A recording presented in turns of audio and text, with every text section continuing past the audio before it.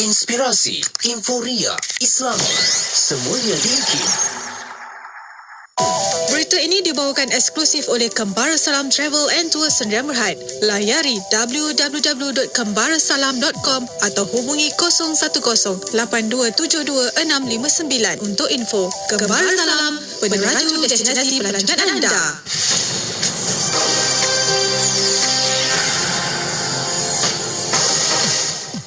Bismillahirrahmanirrahim. Assalamualaikum warahmatullahi wabarakatuh dan salam sejahtera.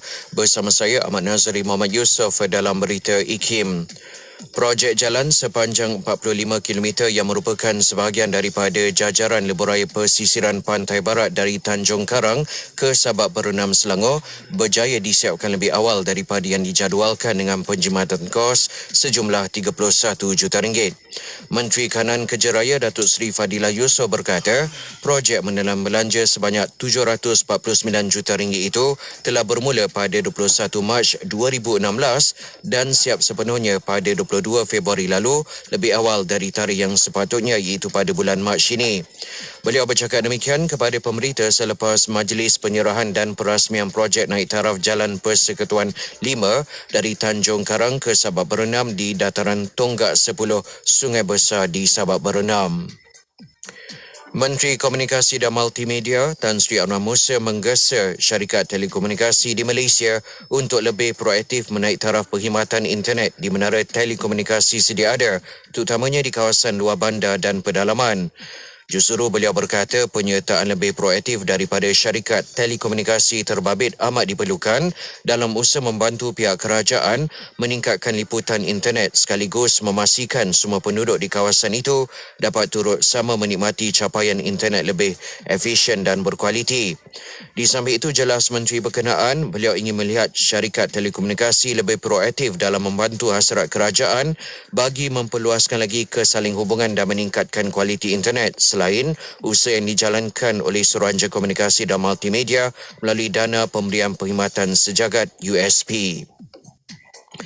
Institut Perubatan dan Pergigian Termaju IPPT Universiti Sains Malaysia USM di Kepala Batas Pulau Pinang akan dinaik taraf sebagai pusat perubatan USM menjelang bulan Jun depan dengan mampu menawarkan rawatan untuk pelbagai penyakit kanser kepada orang ramai.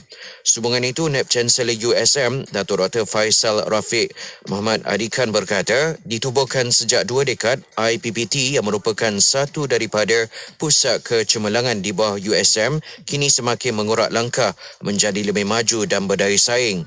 Tambahnya, ketika ini terdapat 40 buah katil di bahagian forensik IPPT dengan kebanyakan pesakit yang dihantar ke institut perubatan itu dirujuk dari hospital lain, manakala USM merancang membangunkan lagi 24 hektar tanah untuk pusat perubatan USM yang dilengkapi pusat pengajian bagi melatih lebih ramai pelajar serta doktor. Sekian sahaja berita IKIM untuk edisi 10 pagi ini. Berita seterusnya bakal ke udara pada pukul 12 tengah hari nanti. Assalamualaikum warahmatullahi wabarakatuh dan teruskan kesetiaan anda bersama IKIM Inspirasi Inforia Islami. Laporan berita tadi dari sumber bernama. Berita itu tadi telah dibawakan eksklusif oleh Kembara Salam Travel and Tour Sdn Bhd. Layari www.kembarasalam.com atau hubungi 010-8272-659 untuk info. Kembara Salam, peneraju destinasi pelancongan anda. Kembara Salam, pakej muslim yang terbaik untuk anda. Bermusafirlah bersama Kembara Salam, menawarkan pakej Jordan Palestin, pakej Eropah dan Balkan. Layari www.kembarasalam.com atau WhatsApp 010-8272-659. Kembara Salam, peneraju destinasi pelancongan anda. Kapsul Masa.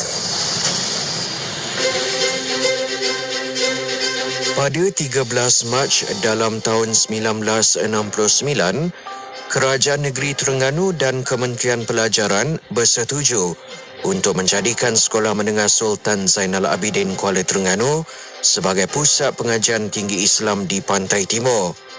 Sekolah ini menitik beratkan pelajaran agama dan bahasa Arab hingga ke peringkat sijil tinggi persekolahan Malaysia bagi membolehkan para penuntutnya menyambung pengajian ke universiti dalam bidang yang berkaitan dengan Islam.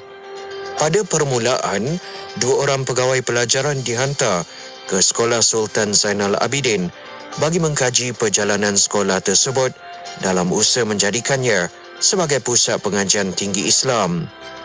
Pendidikan merupakan faktor yang paling penting dalam melahirkan masyarakat yang berjiwa besar, serba boleh dan mempunyai kemahiran dalam pelbagai bidang, dan usaha-usaha awal ini memberi gambaran jelas bahawa perancangan yang teliti mampu membuahkan hasil yang baik dalam jangka masa panjang.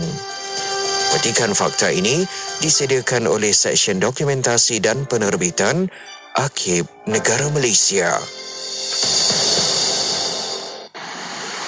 Sabda Rasulullah sallallahu alaihi wasallam, manusia yang paling utama terhadapku pada hari kiamat ialah manusia yang banyak berselawat kepadaku. Hadis riwayat Tirmizi. Sabda Rasulullah sallallahu alaihi wasallam lagi, barang siapa yang berselawat kepadaku sekali, nescaya Allah akan berselawat terhadapnya 10 kali.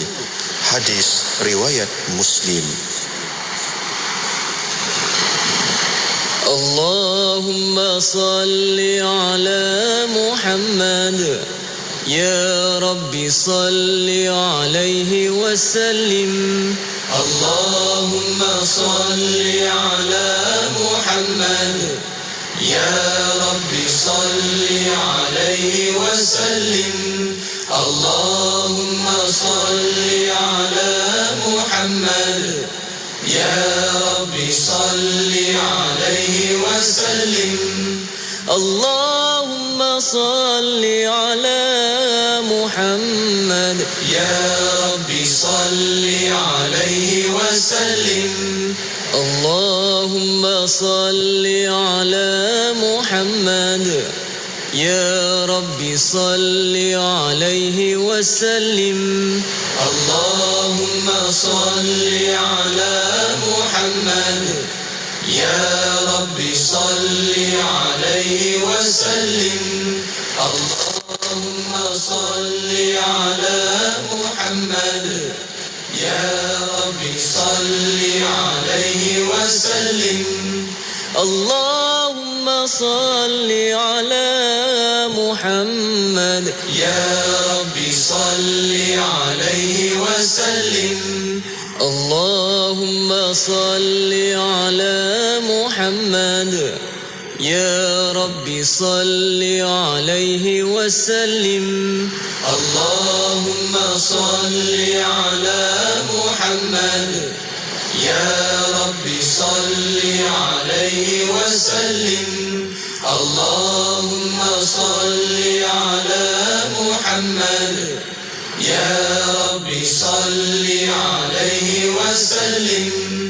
Allahumma salli ala Muhammad, ya Rabbi salli alaihi wasallim.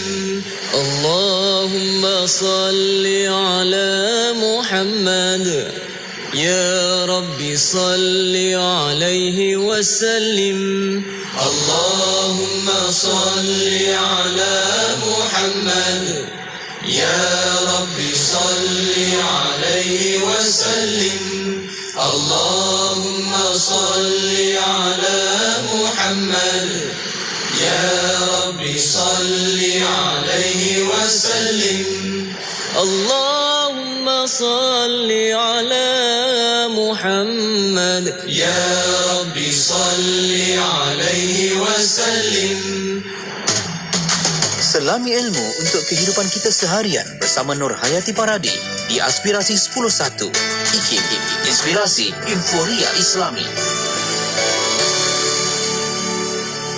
Assalamualaikum warahmatullahi wabarakatuh. Dimulakan dengan lafaz suci Bismillahirrahmanirrahim. Selawat dan salam buat Rasul junjungan Nabi Muhammad SAW.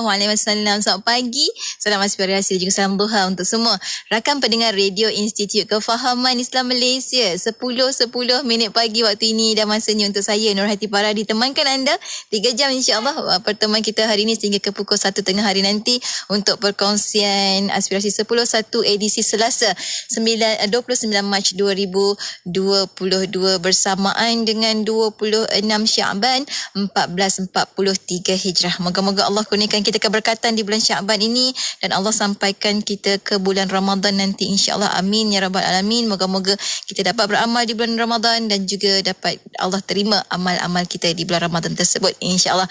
Amin ya rabbal alamin. Baiklah, untuk rakan-rakan pendengar, alhamdulillah telah pun bersama dengan rakan kita sebentar tadi bergerak secara solo ya bersama dengan Luqman Hakim menerusi Warna Pagi. Terima kasih pada Luqman dan juga terima kasih pada penerbitnya Puan Hajah Mazrina Ismail. Alhamdulillah, dan sepanjang 4 jam tadi moga-moga apa yang dikongsikan memberi manfaat dan kebaikan untuk sahabat pendengar. Baiklah, untuk bersama dengan Yati, hari ini hari Selasa, kita bakal mulakan pagi Selasa kita bersama menerusi rancangan resolusi. Kita ketengahkan kajian-kajian yang dilaksanakan oleh Institut Kefahaman Islam Malaysia, dan kali ini menarik kami bawakan kepada anda, kami tampilkan sekali lagi untuk perkongsian resolusi bersama dengan Profesor Emeritus Dr. Syaharir Muhammad Zain, Pekan Fellow Kehormat IKIM, untuk membawakan sambungan tajuk Sains dalam Bahasa Melayu pada abad yang ke-20. Masya Allah. Dan hari ini Prof akan lebih cenderung ataupun memfokus tentang manuskrip Melayu. Selalu kalau kita dengar,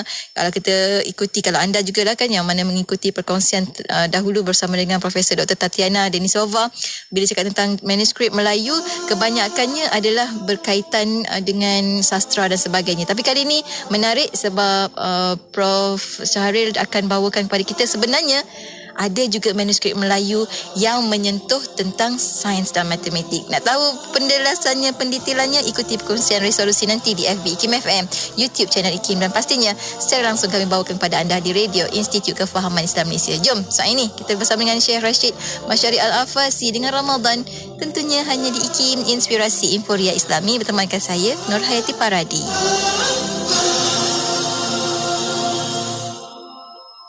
بالحب تلقاك البدور ضيف الأماني والسرور فيك العطايا والأجور يا مرحبا يا مرحبا زين الشهور jour après jour mon d'amour tes Célia, bienvenue, meilleur de moi, bienvenue, bonheur et joie, notre mois saint, bonheur et bien. We welcome you month, we all adore, we pray for happiness and more. To all the people, open up your door, peace, love and joy. Let them soar, let them soar. Ramadan, Ramadan, welcome holy month Ramadan. Ahlan Ramadan.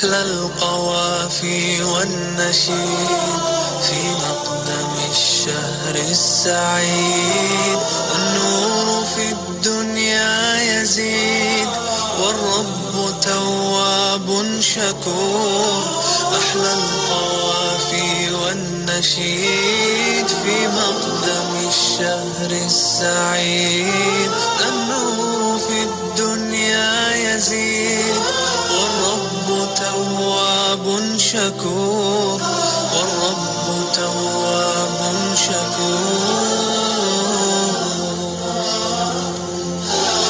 رمضان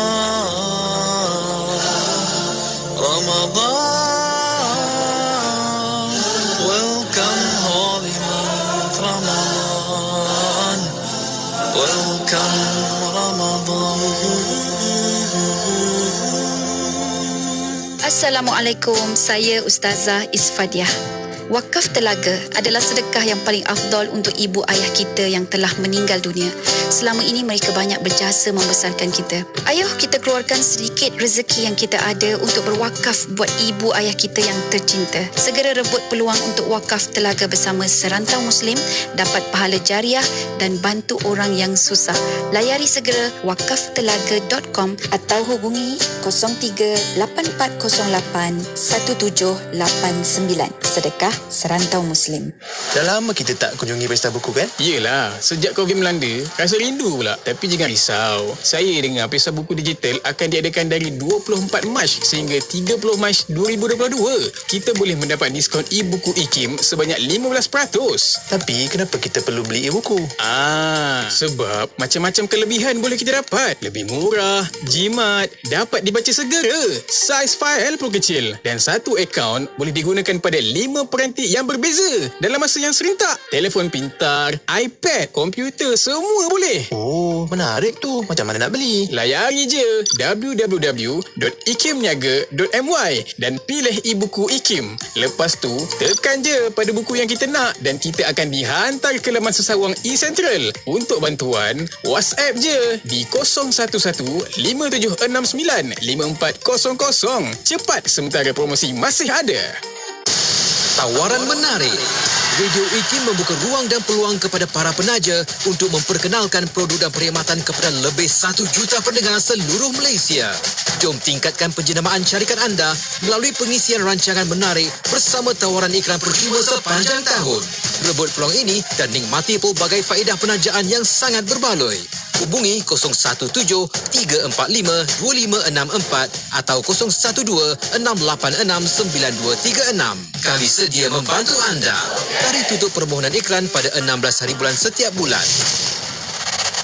Sedekah merupakan amalan yang paling dituntut dalam Islam. Ayuh kita berinfak melalui kempen Infak Telaga Kemboja oleh Pertubuhan Ar-Rasyid. Pertubuhan ini telah berjaya membantu ramai umat Islam di Kemboja yang tiada akses air bersih. Mereka sangat memerlukan bantuan anda. Bantulah menyumbang di www.infaktelagaarrasyid.com. Saya ulang, di www.infaktelagaarrasyid.com. InsyaAllah pahala dan rezeki yang berkekalan menanti anda kelak. Inspirasi Inforia Islami tentunya hanya di Radio Institut Kefahaman Islam Malaysia. Alhamdulillah waktu ini kita bersiaran bersama dengan sahabat pendengar menerusi rancangan Resolusi. Pagi ni Resolusi kita bawakan sekali lagi. Tetamu kita dah pun bersedia di hujung talian untuk bersama sahabat-sahabat kita ada yang berbahagia. Profesor Emeritus Dr. Syahril Muhammad Zain, merupakan fellow kehormat IKIM. Assalamualaikum Prof. Waalaikumsalam warahmatullahi wabarakatuh. Masya Allah, dia satu-satu kegembiraan, sangat berbesar hati dapat bersama dengan Prof lagi untuk minggu ini. Yang masih Resolusi, kami bawakan Resolusi sains dalam bahasa Melayu untuk abad yang ke-20. Ini siri yang keempat Prof, tapi itulah hari ini siri terakhir dengan Prof, tapi insyaAllah kita dah doakan kita ada lagi sambungan-sambungan seterusnya. Cumanya kali ini bila kita sentuh tentang sains dalam bahasa Melayu, nak memfokus juga tentang manuskrip dalam bahasa Melayu Jawi yang sering dikatakan ribuan banyaknya yang kini berada di seluruh dunia sebenarnya Prof. Namun selalu juga didengar umum iaitu manuskrip-manuskrip ini hanyalah karya-karya bidang sastra dan agama sahaja, bukan bidang sains Prof. Boleh tak Prof ceritakan pengalaman Prof sendiri dengan kumpulan penyelidikan Prof menggali ilmu sains dan matematik dalam manuskrip ini. Nak tahu juga Prof, adakah sebenarnya wujud karya-karya agung sains dan matematik dalam manuskrip Jawi hasil karya sebelum abad ke-20 Masihi Prof? Baik, terima kasih. Sebelum itu saya bersyukur kepada Allah kita dapat bertemu lagi dan selamat mendengar kepada pendengar-pendengar yang telah mengikuti program ini. Jadi menyentuh tentang manuskrip yang disoal tadi tentang manuskrip Melayu dalam Jawi ini, memang benar selalu disebut beribu-ribu, dan 10 tahun yang lepas saya cuba tengok manuskrip ini dari segi bilangan, maknanya bukan saya tengok tiap satu, tapi perpustakaan seluruh dunia ada menyenaraikan bilangan manuskrip yang ada. Jadi dalam 10 tahun yang lepas saya dapati ada lebih kurang 20,000 manuskrip. Tapi baru-baru ini dalam seminar yang baru 3-4 bulan yang lepas ada dilaporkan, saya tak hadir dalam seminar itu, ada dilaporkan dalam akhbar mengatakan bilangan itu sudah bertambah hampir 2 kali ganda, maknanya ada lebih kurang 40,000 seluruh dunia. Tapi saya masih pakai angka 20,000 lah, pasal yang perkembangan terbaru itu saya masih belum lihat dengan mata kepala saya sendirilah, cuma laporan dalam akhbar. Baik, jadi yang manuskrip ini yang terbanyaknya memang selalu juga disebut, yang terbanyak kita dapat bukan dalam negara kita, tapi di Belanda dianggarkan lebih kurang 7-8 ribu di sana. Walaupun yang sudah senaraikan dengan sedikit abstrak 2-3 baris abstrak sebagainya, itu saya dapati ada lebih kurang 5,000, tapi dilaporkan bahawa ada sekali ganda lagi yang belum lihat oleh pengkaji untuk melihat sepintas lalu apa dia kandungan. Jadi kita boleh anggarkan di Leiden pun memang ada lebih kurang hampir 10,000 manuskrip ini. Tapi yang jarang disebut sebenarnya, kerana dia bukan perpustakaan milik negara dan sebagainya, tapi dia lebih kepada individu, iaitu di Aceh. Di Aceh ini bilangan manuskrip yang dilaporkan oleh pihak yang memiliki tempat itu lebih kurang 10,000. Maknanya boleh melawan apa yang ada di Leiden itu. Kemudian yang selain lainnya ialah di Asia Tenggara inilah, di tempat yang sepatutnya semuanya itu ada di sini. Tapi setakat ini yang ada, yang paling banyak setakat ini di perpustakaan negara kita sekarang dilaporkan. 10 tahun lepas saya lihat senarainya lebih kurang 2,000 lebih, tapi sekarang saya juga lihat senarai yang dilaporkan sekarang sudah ada hampir dengan 5,000 di perpustakaan negara sendiri. Kemudian di Jakarta pun ada lebih kurang sekitar itu juga. Tapi yang menariknya tadi disebut bahawa setakat ini masyarakat hanya mengetahui atau dengar manuskrip ini semuanya dalam bidang sastra dan sebagainya, tapi bukan dalam bidang sains dan matematik. Jadi saya sejak 10 tahun yang lepas saja kumpulan saya cuba melihat ini dan cuba membuat anggaran lebih kurang 20% daripada manuskrip yang kata 20,000 tadi atau lebih itu, lebih kurang kita boleh anggarkan lebih kurang 20% berdasar kepada judul-judulnya itu adalah bidang sains dan matematik. Jadi lebih kurang, kalau kita kata 20,000, ada lebih kurang 4,000 daripada manuskrip itu yang dalam bidang sains dan matematik yang kita bicarakan hari ini. Dan yang menariknya, yang terbanyak sekali ialah bidang perubatan dalam senarai. Itulah dulu dikenali sebagai tib, bukan perubatan, tib bahasa Arab. Dalam bahasa Melayu sebelum Arab datang itu sakit widya nama dia, sakit penyakit lah. Sakit widya itu bidang perubatan dulu sebelum Islam datang. Pokoknya bidang ini paling banyak lah dapat manuskripnya. Kemudian yang keduanya menarik juga ialah bidang yang biasa orang anggap ini bidang sastra, itu falsafah, tasawuf dan sebagainya. Tapi bila kita baca atau saya baca beberapa yang setakat ini dah dibaca, sebenarnya ada falsafah sains dan matematik di dalamnya. Bukan sahaja falsafah bidang sastra. Baik, yang ketiga banyaknya ialah bidang menarik juga sains hayat. Yang keempatnya bidang astronomi atau kosmologi. Jadi itu lebih kurang kedudukan manuskrip kita. Ada disebut tadi, ada tak karya agung? Memang ini satu daripada perkara yang kami cuba cari dan kami dapati setakat ini kalau kita ambil karya sebelum abad ke-19 ini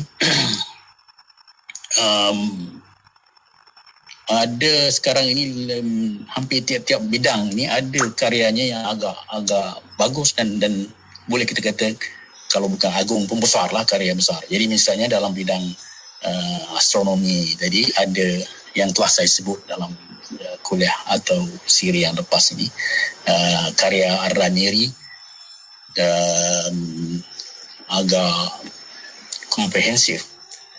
Judulnya pun amat komprehensif, iaitu Kejadian 7 Petala Langit dan 7 Petala Bumi. Jadi segala benda yang di angkasa lepas ini dibincangkan dan juga di bumi ini. Jadi itu satu karya yang besar. Dan satu lagi beliau juga menulis tentang bidang yang selalu disebut bahawa tamadun Melayu ini kaya dengan bidang ini, itu bidang mantik. Jadi dia ada nulis ini dan kebetulan tulisan karyanya itu dalam bidang ini agak besar. Boleh dianggap sebagai satu daripada bidang karya agung atau karya besar. Jadi astronomi dan mantik. Kemudian yang kami juga temui bidang perubatan yang saya sebutkan tadi, agak lama karya ini. Dan menariknya memang ditulis di situ oleh mengatakan bahawa inilah memang pungutan perubatan tempatan, tidak ada yang diambil daripada tamadun Islam dan sebagainya. Jadi pengarangnya pun ada nama Abdul Rahman. Judul manuskrip itu Segala Hikmat dalam Kitab beberapa banyak jenis dan ubat-ubatannya. Jadi ada lebih kurang 100 penyakit dalam manuskrip itu, dan ubatnya semua daripada tumbuh-tumbuhan. Ini yang hebatnya, tumbuh-tumbuhan yang menjadi bahan penyelidikan selanjutnya untuk mengetahui kenapa tumbuh-tumbuhan ini menjadi ubat dan sebagainya. Dan ini tumbuh-tumbuhan di alam Melayu ke, Prof? Tumbuh-tumbuhan di tempatan di alam Melayu. Ada saya bilang-bilang jenis, ada 77 nama tumbuhan itu, dan banyak yang tak kenal lah.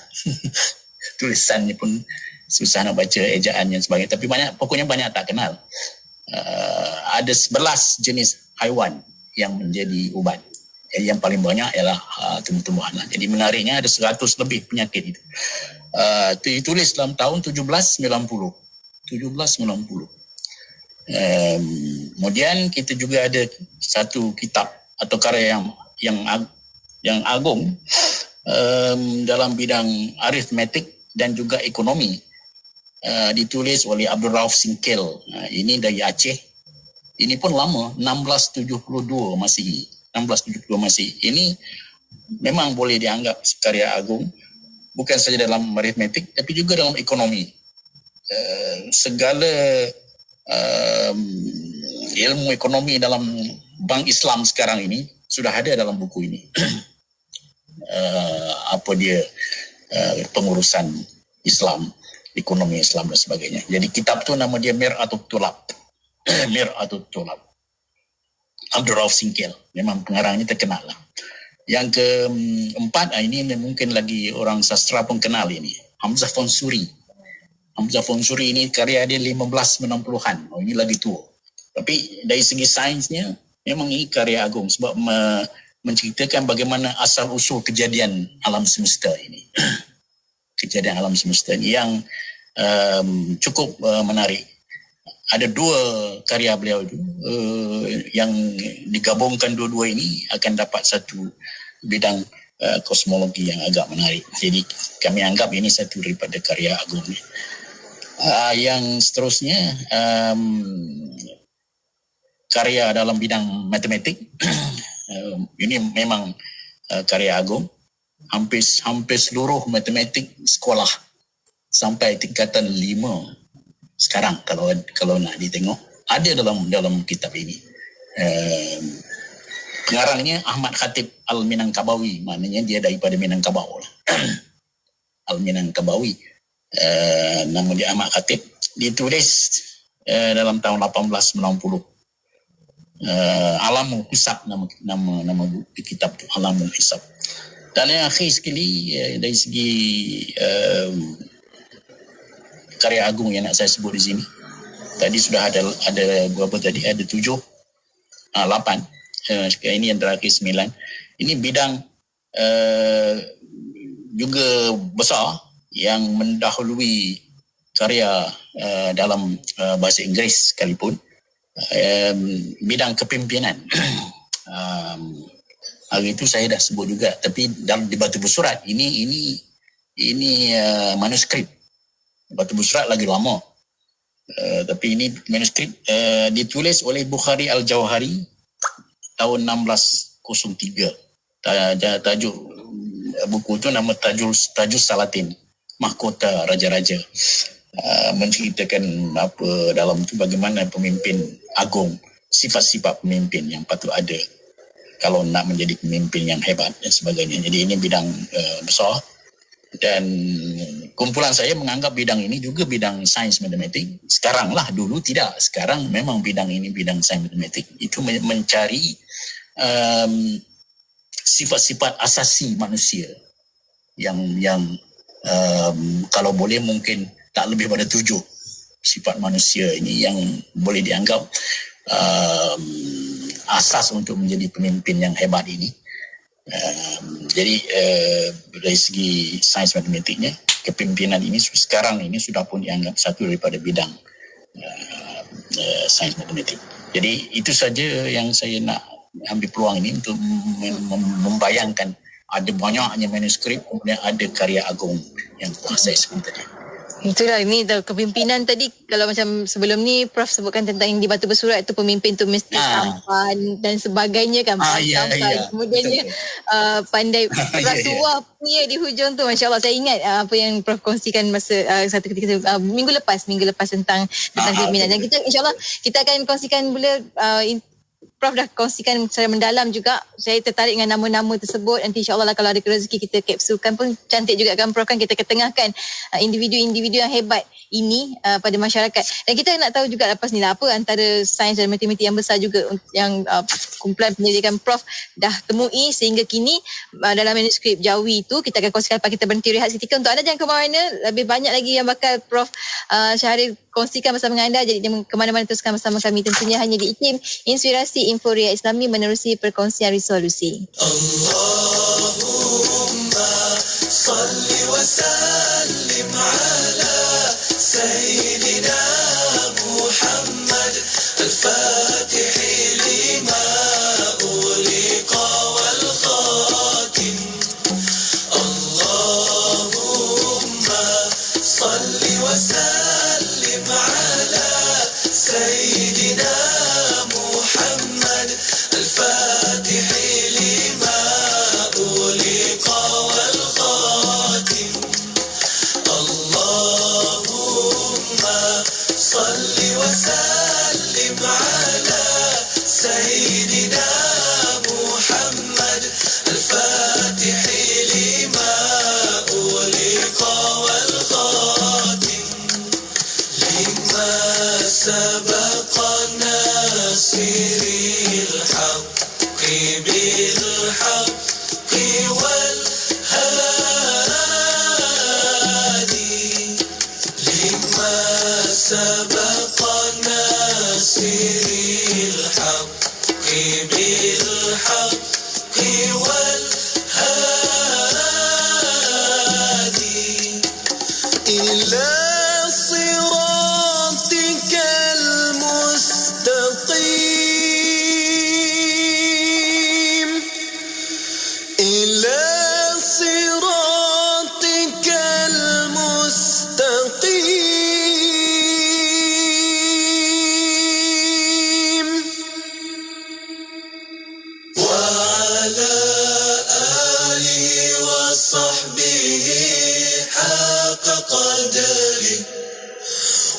ومقداره العظيم ومقداره العظيم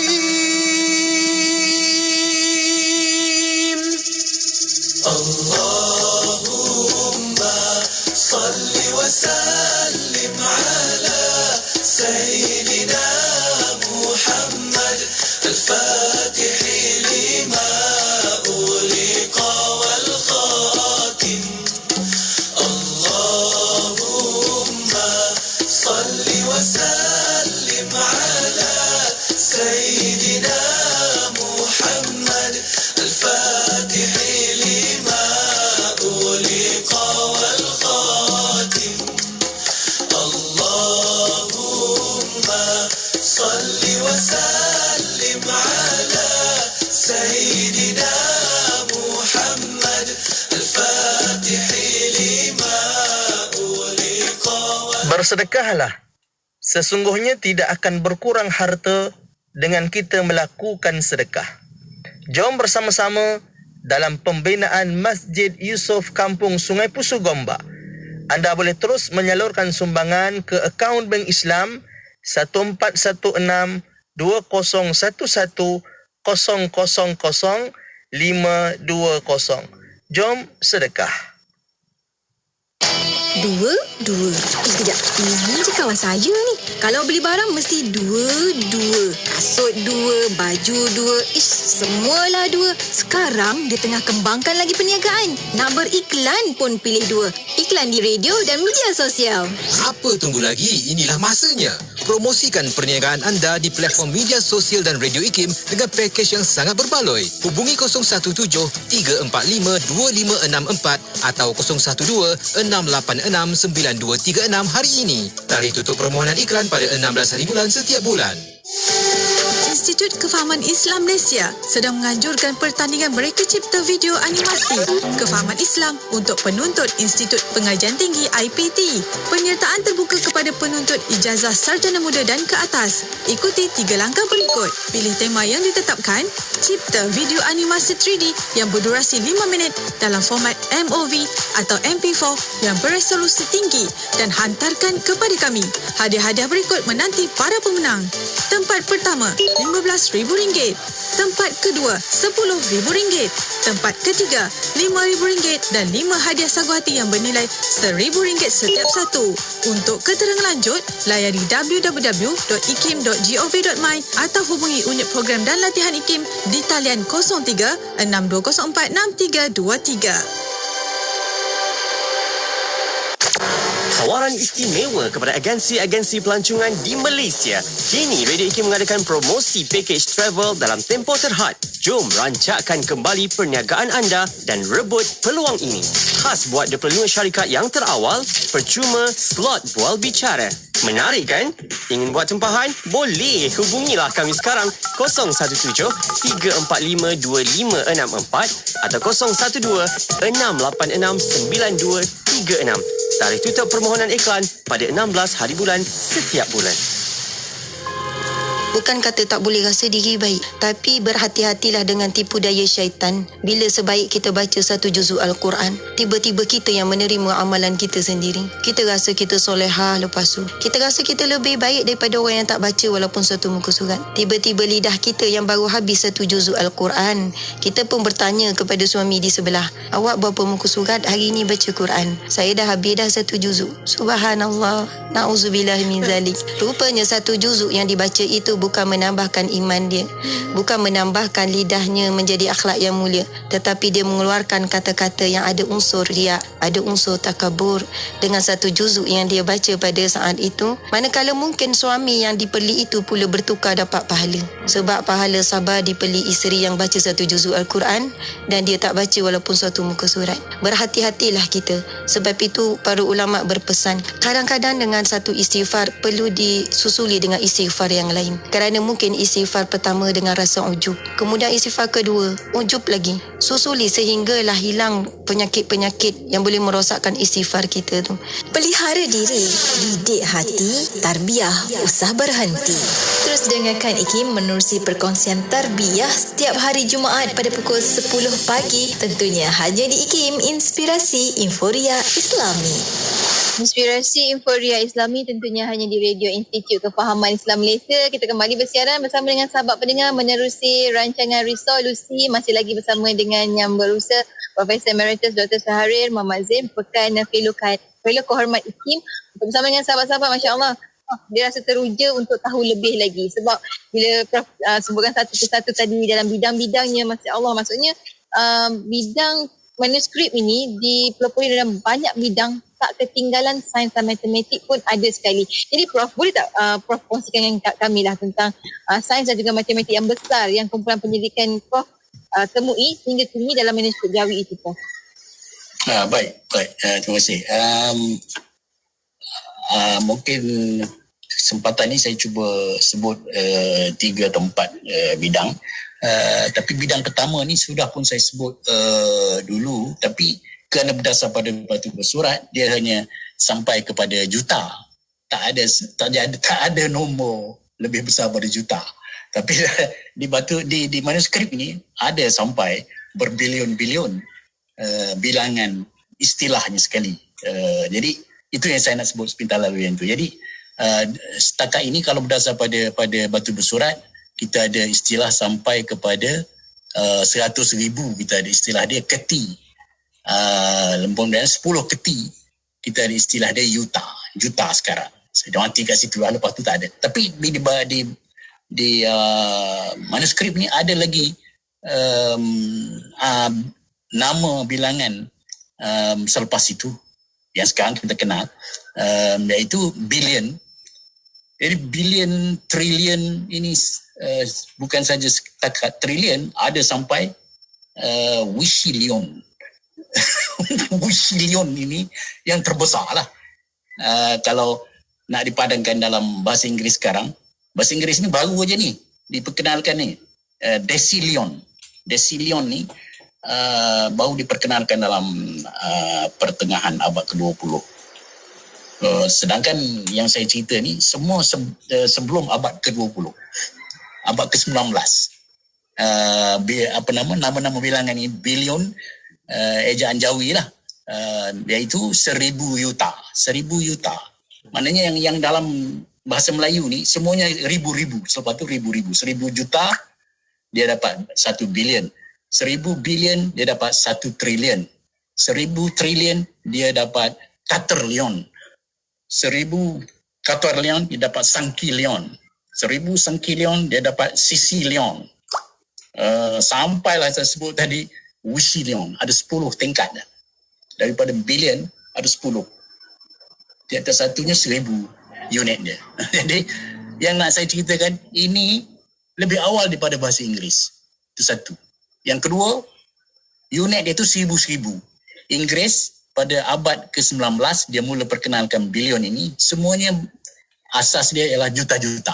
Maknanya 1 juta jadi bilion. 1 juta bilion jadi trilion. Semua juta-juta. Tapi maksudnya Melayu ni lagi teliti lah. Lagi sama teliti, dengan sekarang lah. Lagi awal lebih sama dengan sekarang. Mana Inggeris baru berubah kepada ribu ni kerana Amerika menggunakan ribu. Dan Amerika tahun 1970, Amerika dah merintah dunia dengan besar, pengaruh besar. British pun terpaksa ikut Amerika lah. Jadi mulai tahun 1970-an, kamus British pun dah berubah bahawa 1 bilion ni bukan lagi 1,000 juta, bukan lagi sejuta-juta, tapi 1,000 juta. 1 trilion bukan lagi sejuta bilion, tapi 1,000 bilion. Maknanya sama dengan yang dalam bahasa Melayu sebelum abad ke-20. Jadi itu saya anggap satu sumbangan tamadun Melayu yang besar, yang orang Melayu sendiri pun tak tahu. Anggap bilion ni ini istilah orang putih ni. Bukan. Orang putih pun ambil daripada Perancis. Tapi lagi lewat. Kita menariknya, saya cuba kaji ni, kumpulan kami kaji, dari mana dapat Katerlion, Sangkilion, Sesilion, Sitilion, Wishilion akhir itu. Mana dapat perkataan tu? Setakat ini kami belum dapat jumpa lagi dari mana dia dapat perkataan itu. Baik. Yang kedua ialah yang saya sebut tadi daripada manuskrip Abrav Sinkel tadi. Saya kata ada ekonomi dan aritmetik. Dan saya juga nak ceritakan aritmetik. Ini kitab ni atau manuskrip ditulis 1672. Masa itu bahasa Inggeris belum ada mengajar dalam bahasa Inggeris. Bahasa Inggeris hanya mengajar ilmu aritmetik ni dalam bahasa Latin. Belum ada buku-buku dalam bahasa Inggeris. Tapi bahasa Melayu sudah ada 1672 sudah ada satu manuskrip yang besar ini, dan menariknya bukan itu saja, tapi dia sudah pun ada aritmetik pecahan ini yang sekarang kita belajar mungkin dah tingkatan 3 ke apa ke. Yang ada 1/2 per berapa-berapa, 3 per berapa, tapi dalam pecahan. Kitab ni ada sampai pecahan lah. Sampai kepada penambahan pecahan yang per 144 per 190 per 172. Mana dia dapat angka ni? Daripada Faraid. Pembahagian harta tu. Jadi dia menceritakan kalau orang ni mati, meninggalkan harta anak berapa, cucu berapa setiap orang dapat, dia akan timbul pecahan ini. 1/4, 144 ini. Dia akan timbul. Jadi ini merupakan satu bidang matematik ini yang terawal. Maknanya abad ke-17 orang Melayu sudah mahir membuat pecahan ini. Sedangkan di Eropah pun belum tentu semahir seperti yang ada dalam. Sebab tekanan untuk membahagi faraid itu, tekanan itu menyebabkan lahirnya ulama-ulama yang mesti mahir dalam pecahan. Baik. Yang tiga yang disebutkan itu perubatan yang disebutkan tadi lah. Jadi dalam bidang perubatan ini yang mengejutkan kumpulan kami ini, cuba lihat bahawa memang beberapa manuskrip diterjemah ke dalam bahasa Inggeris yang Jawi itu. Yang terakhir yang kami jumpa ialah tarikh 1886. Diterjemah kepada bahasa Inggeris oleh Pharmaceutical Society of UK. Pharmaceutical Society of UK menterjemah manuskrip itu tahun 1886. Maknanya manuskrip ini sudah lebih awal daripada itu.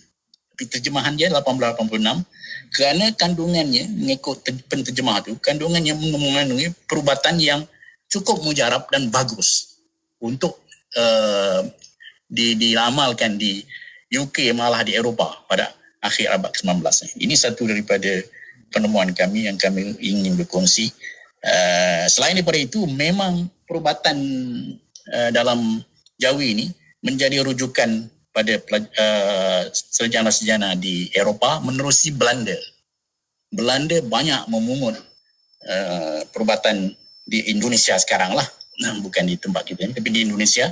Dan mengumpul semua perubatan ini dan menulis dalam bahasa Belanda tahun 1630-an. Bayangkan 1630-an menulis mengumpul segala perubatan yang dalam Jawi ini dan disebar, diterjemah balik di Eropah sana dalam pelbagai bahasa. Dan sekarang kita lihat sudah ada dalam bahasa Inggeris pun sudah ada terjemahan ini. Dan ini diakui oleh penulis itu bahawa perubatan yang dia pungut ini memang lebih baik daripada perubatan di Eropah pada abad itu. Pada abad 17. Kalau dia tak ambil, kalau tak baik. Tapi dia menekankan dalam pengenalan buku ini bahawa kumpulan perubatan-perubatan alam Melayu yang pada dia lebih baik daripada yang ada di Eropah pada masa itu, pada abad ke-17. Kemudian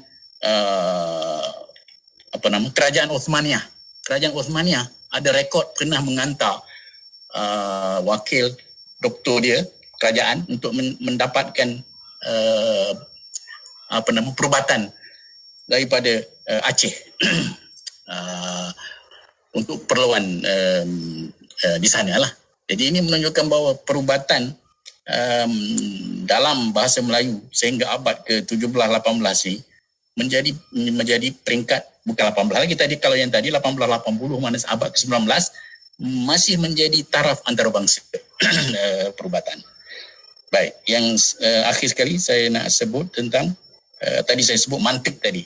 Satu daripada karya agung yang kami jumpa tu ialah mantik. Ini pun menarik sebab mantik ini sebenarnya bukanlah mantik ciptaan orang Melayu tapi ditulis dalam bahasa Melayu, tapi diambil daripada tamadun Islam. Dan diolah semula dengan contoh-contoh yang perlu, yang mudah difahami oleh masyarakat di sini. Itu abad ke-17. Dan mantik ini memang terkenal. Satu-satunya, kalau Barat kata ini satu-satunya, sebenarnya ada lagi yang lain. Dia kata satu-satunya mantik ciptaan tamadun Islam. Nama dia Burhan. Mantik Burhan. Yang berbeza daripada mantik yang ada di Eropah pada masa itu sehingga abad ke-18. Jadi Eropah pun mengambil mantik ini tapi lewat sedikit daripada kita. Kita lebih awal abad ke-17, tapi Eropah mengambil mantik ini diterjemah ke dalam bahasa Perancis lewat abad ke-17. Maknanya dia lebih lewat daripada kita. 1630-an dia dah 16 hampir 1700 mantik ini. Dan mantik ini di Eropah dipakai sampai tahun 1800. Maknanya 100 tahun dipakai mantik ini. Kita hilang gitu saja. Datang Barat, kita tak tahu ke mana benda ni dan kita ambil yang Barat. Dan yang mantik ini kita abaikan. Memang saya mengharap akan sarjana kita akan mengambil balik mantik ini dan memajukan lagi sesuai dengan zaman ini.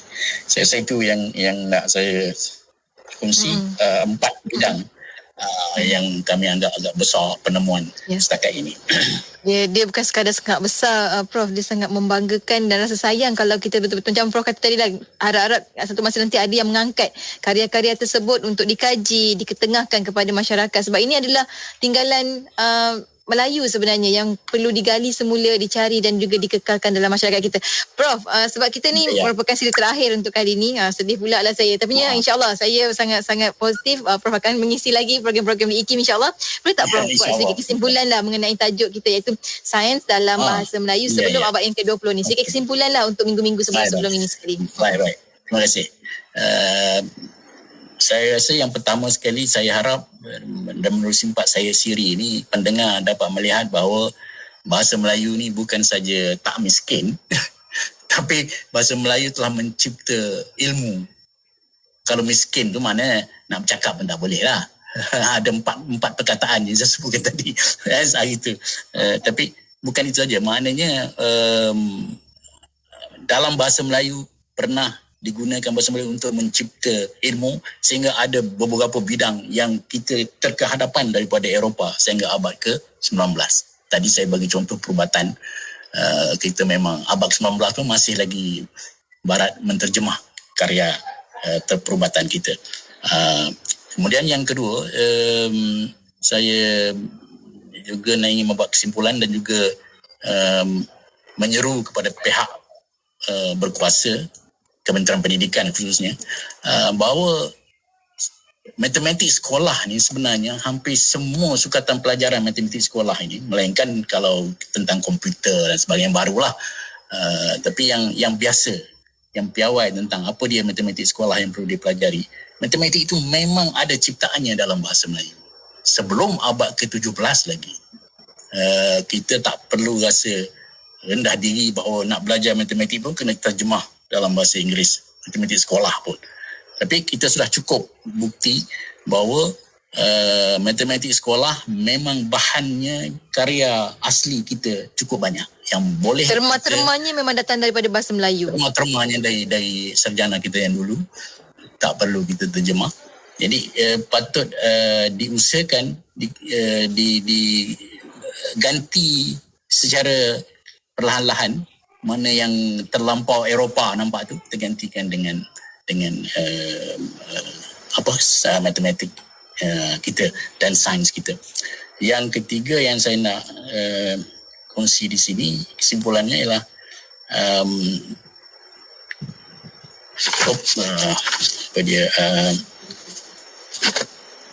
banyaknya bidang dalam bahasa Melayu ini yang telah saya sebut tadi,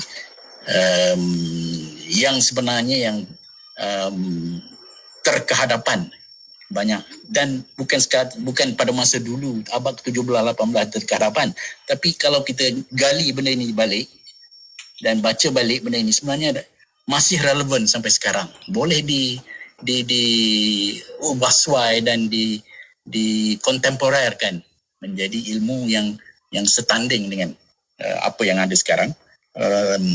Yang saya rasa saya dah bagi contoh ke tidak, tak apalah, tak perlu contoh. Dalam ekonomi saya rasa saya dah bagi contoh. Dalam perubatan memang jelas. Jadi bidang-bidang yang saya sebutkan tu, bidang apa, astronomi, kosmologi, kepimpinan tadi saya sebut, ekonomi, mantik, perubatan, semua ini banyak yang masih relevan dengan keadaan sekarang. Dan akhir sekali saya sekaligus mengambil peluang ini untuk menyeru, oleh kerana tadi saya dah sebut manuskrip Melayu ni dalam bidang sains matematik ada lebih kurang 2,000.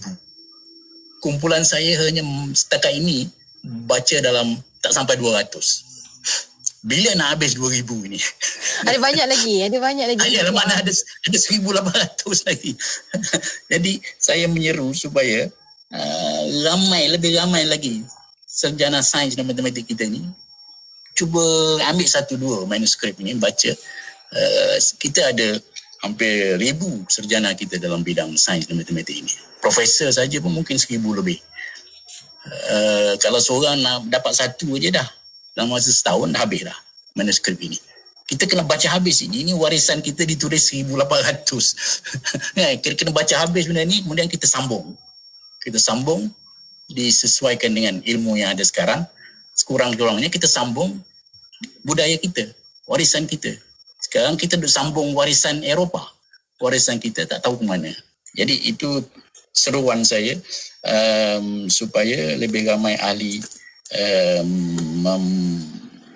membaca manuskrip tahun 1900 sampai tahun 1400 ini dalam bidang sains dan matematik.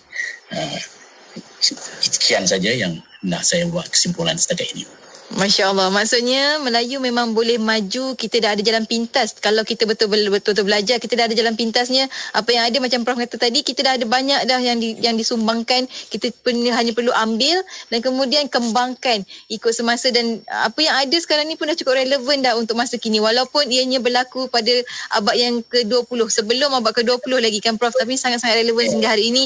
Dan ini masanya untuk kita memartabatkan kembali bahasa Melayu, kerana bahasa Melayu pernah menjadi bahasa ilmu satu masa dahulu. Masya Allah. Terima kasih banyak Prof hari ini bawakan satu tajuk perkongsian sepanjang beberapa minggu untuk resolusi ni, dan rasanya teruja rakan-rakan kita pun nak dengarkan lagi masa akan datang, insya-Allah. Sampai satu masa kita akan bersama lagi Prof. Assalamualaikum Prof. Waalaikumsalam warahmatullahi. Dan untuk anda rakan pendengar, teruskan kesetiaan bersama kami tentunya hanya di IKIM, Inspirasi Inforia Islam.